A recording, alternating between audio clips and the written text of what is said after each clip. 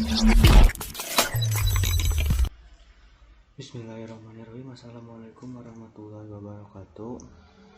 Di sini kami akan memaparkan hasil diskusi dari kelompok kami tentang materi review jurnal tentang sejarah penemuan suatu senyawa eugenol pada tanaman cengkeh. Dan ini anggota dari kelompok kami. Yang pertama ada Suroya Nuristiqomah, yang kedua Fabila Kurniadi, yang ketiga Rana Nandia Putri, yang keempat saya sendiri Yadi Aditya Prawira. Langsung saja ke materi. Yang pertama ada sejarah tanaman cengkeh. Tanaman cengkeh atau Syzygium aromaticum merupakan tanaman dari famili Myrtaceae. Tanaman cengkeh dapat ditemukan di negara India, Madagaskar, Sri Lanka, Indonesia, dan Cina Selatan. Tanaman cengkeh merupakan salah satu tanaman perkebunan yang dapat digunakan sebagai penghasil minyak atsiri yang bermanfaat sebagai bahan baku dalam industri farmasi maupun industri makanan, dan penggunaannya terbanyaknya adalah sebagai bahan baku rokok. Cengkeh termasuk jenis tumbuhan perdu yang memiliki batang pohon besar dan berkayu keras. Cengkeh mampu bertahan hidup puluhan bahkan sampai ratusan tahun. Tingginya dapat mencapai 20-30 meter dan cabang-cabangnya cukup lebat. Tanaman cengkeh memiliki daun tunggal, bertangkai tebal, kaku, bentuk bulat, telur, sampai lancet memanjang, ujung runcing, pangkal meruncing, tepi rata, tulang dan menyerip. Permukaan atas mengkilat, panjang 6-13,5 cm, lebar 2,5-5 cm, warna hijau muda atau coklat muda saat masih muda dan hijau tua ketika tua. Menurut Elpiano Dwi Daryono, daun cengkeh yang gugur sebagai bahan baku minyak atsiri dan daun cengkeh sekitar 2.368.043 ton per tahun dengan luas lahan 455.393 hektar. Minyak cengkeh digunakan sebagai aroma terapi dan juga untuk mengobati sakit gigi. Minyak atsiri yang diperoleh dari destilasi daun cengkeh tua atau guguran daun cengkeh disebut minyak cengkeh atau clove leaf oil. Kadar minyak cengkeh tergantung pada jenis, umur, dan tempat tumbuh tanaman cengkeh. Komponen utama minyak cengkeh adalah eugenol, yaitu sekitar 70-90%. Kandungan tanaman cengkeh. Tanaman cengkeh memiliki kandungan minyak atsiri dengan jumlah yang cukup besar, baik dalam bunga, tangkai maupun daun.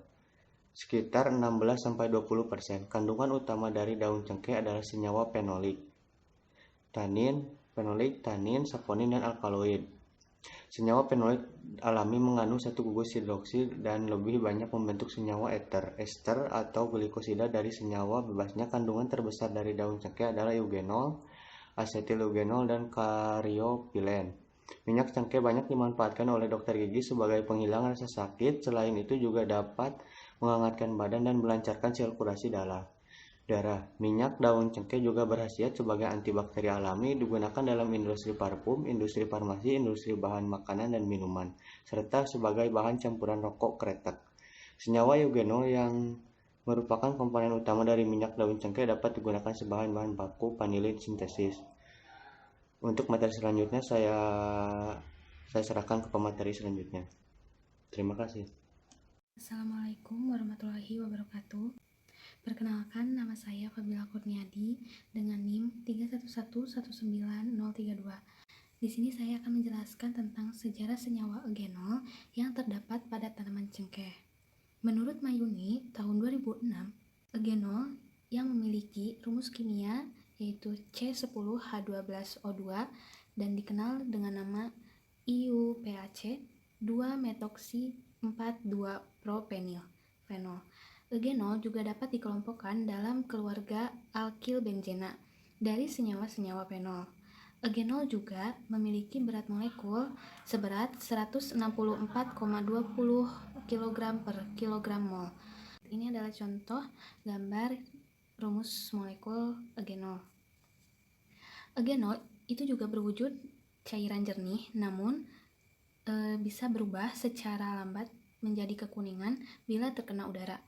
Lalu eugenol juga memiliki bau yang sangat kuat seperti cengkeh dan bila dicicipi ia memiliki rasa yang pedas.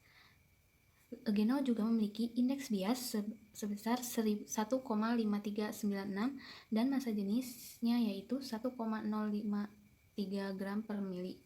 Itu menurut Harjono Sastro Hamizozo 2004. Senyawa eugenol merupakan komponen utama yang terkandung dalam minyak cengkeh atau nama ilmiahnya yaitu Syzygium aromaticum.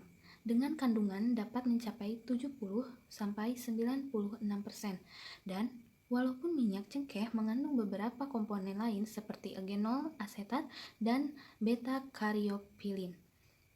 Tetapi yang paling penting adalah senyawa eugenol, sehingga kualitas yang dimiliki oleh minyak cengkeh itu ditentukan oleh kandungan senyawa tersebut.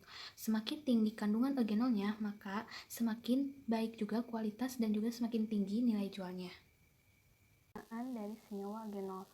Senyawa eugenol ini memiliki aktivitas farmakologi sebagai analgesik, antiinflamasi, antimikroba, antiviral, antifungal, antiseptik, antispasmodik, antiemetik, stimulan, anestetik lokal, sehingga senyawa ini banyak dimanfaatkan dalam industri farmasi.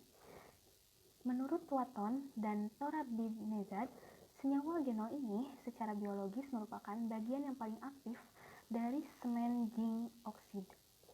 Eugenol ini dimana memiliki kemampuan dalam memblok transmisi impuls saraf, sangat bermanfaat dalam mengurangi rasa nyeri pada pulpitis.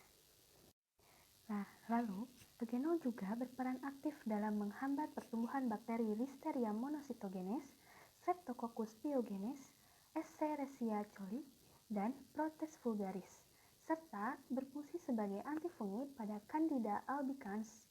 Dan juga eugenol dapat berfungsi sebagai anti kanker, terutama pada kanker paru-paru, karena ia bersifat sebagai antioksidan.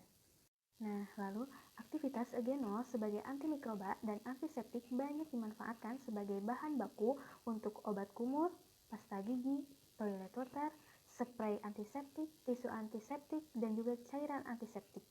Menurut Nurjana, obat kumur yang mengandung eugenol cengkeh dapat menghambat tumbuhnya bakteri Streptococcus mutans dan Streptococcus viridans yang dapat menyebabkan terjadinya plakue gigi. Di samping itu semua, mikroba mulut dapat ditumpas oleh senyawa eugenol. Sebelumnya, perkenalkan nama saya Suroyo Nur Istiqomah dengan NIM 3119003 dari kelompok 6. Di sini saya akan menjelaskan cara isolasi dari suatu kadar senyawa eugenol, menyebutkan apa saja bahan dan alat yang digunakan, dan juga cara kerjanya bagaimana. Untuk cara isolasi dari suatu kadar senyawa eugenol dalam minyak cengkeh dipengaruhi oleh asal minyaknya. Kadar terbanyak dan kualitas yang baik dapat dihasilkan oleh minyak yang diperoleh dari bunga dan gagang cengkeh. Tetapi kualitas minyak daun cengkeh hanya sedikit lebih rendah dibanding dengan minyak bunga atau gagang cengkeh. Menurut Hidayati, tahun 2003. Nah, apa sajakah bahan dan alat yang digunakan? Untuk bahan, ada minyak daun cengkeh, basa kuat kalium hidroksida KOH dengan proanalis 85%, asam sulfat H2SO4, barium hidroksida BaOH2 dengan proanalis 99%, dan Aquades.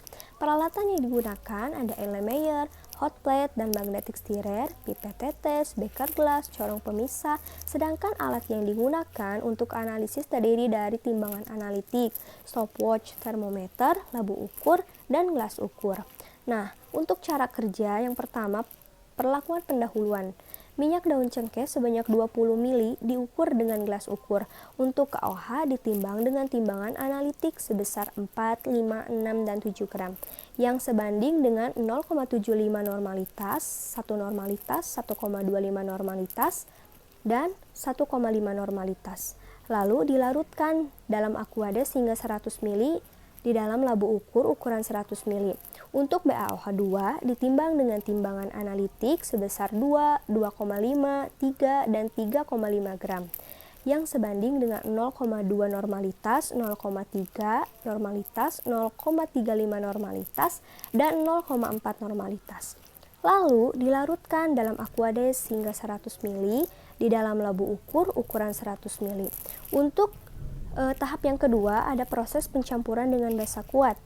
Untuk proses ini dilakukan dengan cara mencampurkan bahan dan pelarut yang telah ditentukan dengan perbandingan 1:5, yaitu 20 ml minyak daun cengkeh,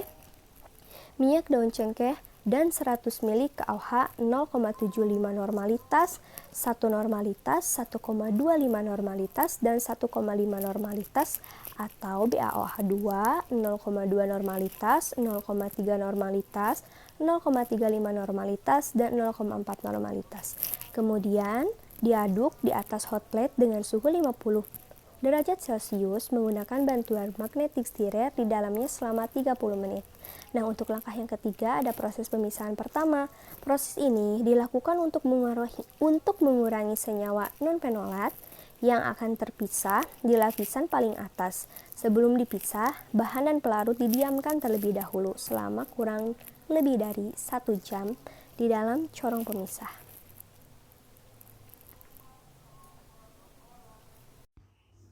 Bismillahirrahmanirrahim. Assalamualaikum warahmatullahi wabarakatuh.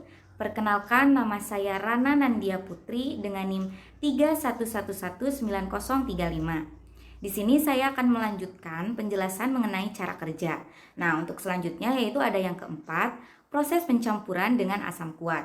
Nah, apabila kita telah mendapatkan larutan yang telah terpisah di bagian bawah, maka akan dicampurkan dengan larutan H2SO4 dengan normalitas 1,5, yaitu yang diperoleh dari 4 ml H2SO4 dilarutkan dalam labu ukur 100 ml dengan Aquades.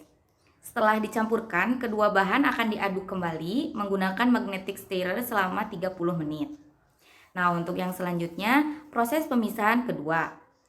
Proses ini dilakukan untuk memisahkan larutan eugenol dengan larutan non-eugenol dengan menggunakan corong pemisah dan didiamkan selama 4 jam.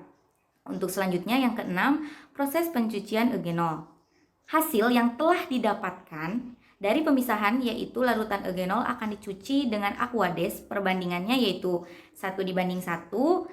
Hal ini dilakukan untuk melarutkan garam yang masih terikut di dalam eugenol.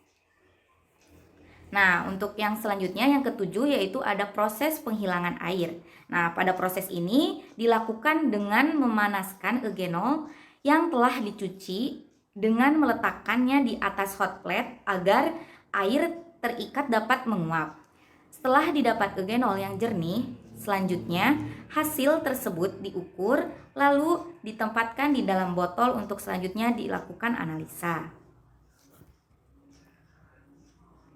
Nah, presentasi yang didapatkan dari eugenol dalam minyak cengkeh setelah dilakukan tes dengan alat GCMS adalah 63,56% yang tergolong kecil dan tidak memenuhi standar SNI, sehingga perlu dimurnikan lebih lanjut agar persentasenya di atas standar. Dan setelah dimurnikan menghasilkan 1 senyawa utama dan 8 senyawa pengotor. Persentase eugenol yang awalnya adalah sebesar 63,56% dari minyak daun cengkeh setelah dilakukan pemurnian menjadi 91,70% dan kariofilen dalam minyak daun cengkeh yang awalnya 22,43% dapat ditekan menjadi 4,48%. Nah, di sini kita bisa tahu bahwa senyawa eugenol serta turunannya memiliki berbagai manfaat serta peran strategis dalam berbagai industri. Nah, Indonesia sebagai negara penghasil utama minyak cengkeh di dunia diharapkan mampu meningkatkan diversifikasi industri agar nilai tambah yang tinggi dapat dinikmati di dalam negeri yang akan berdampak positif pada perkembangan industri maupun perekonomian di Indonesia. Dengan demikian, dapat ditarik kesimpulan hasil review dari kelompok kami mengenai senyawa eugenol pada tanaman cengkeh, lebih tepatnya minyak cengkeh.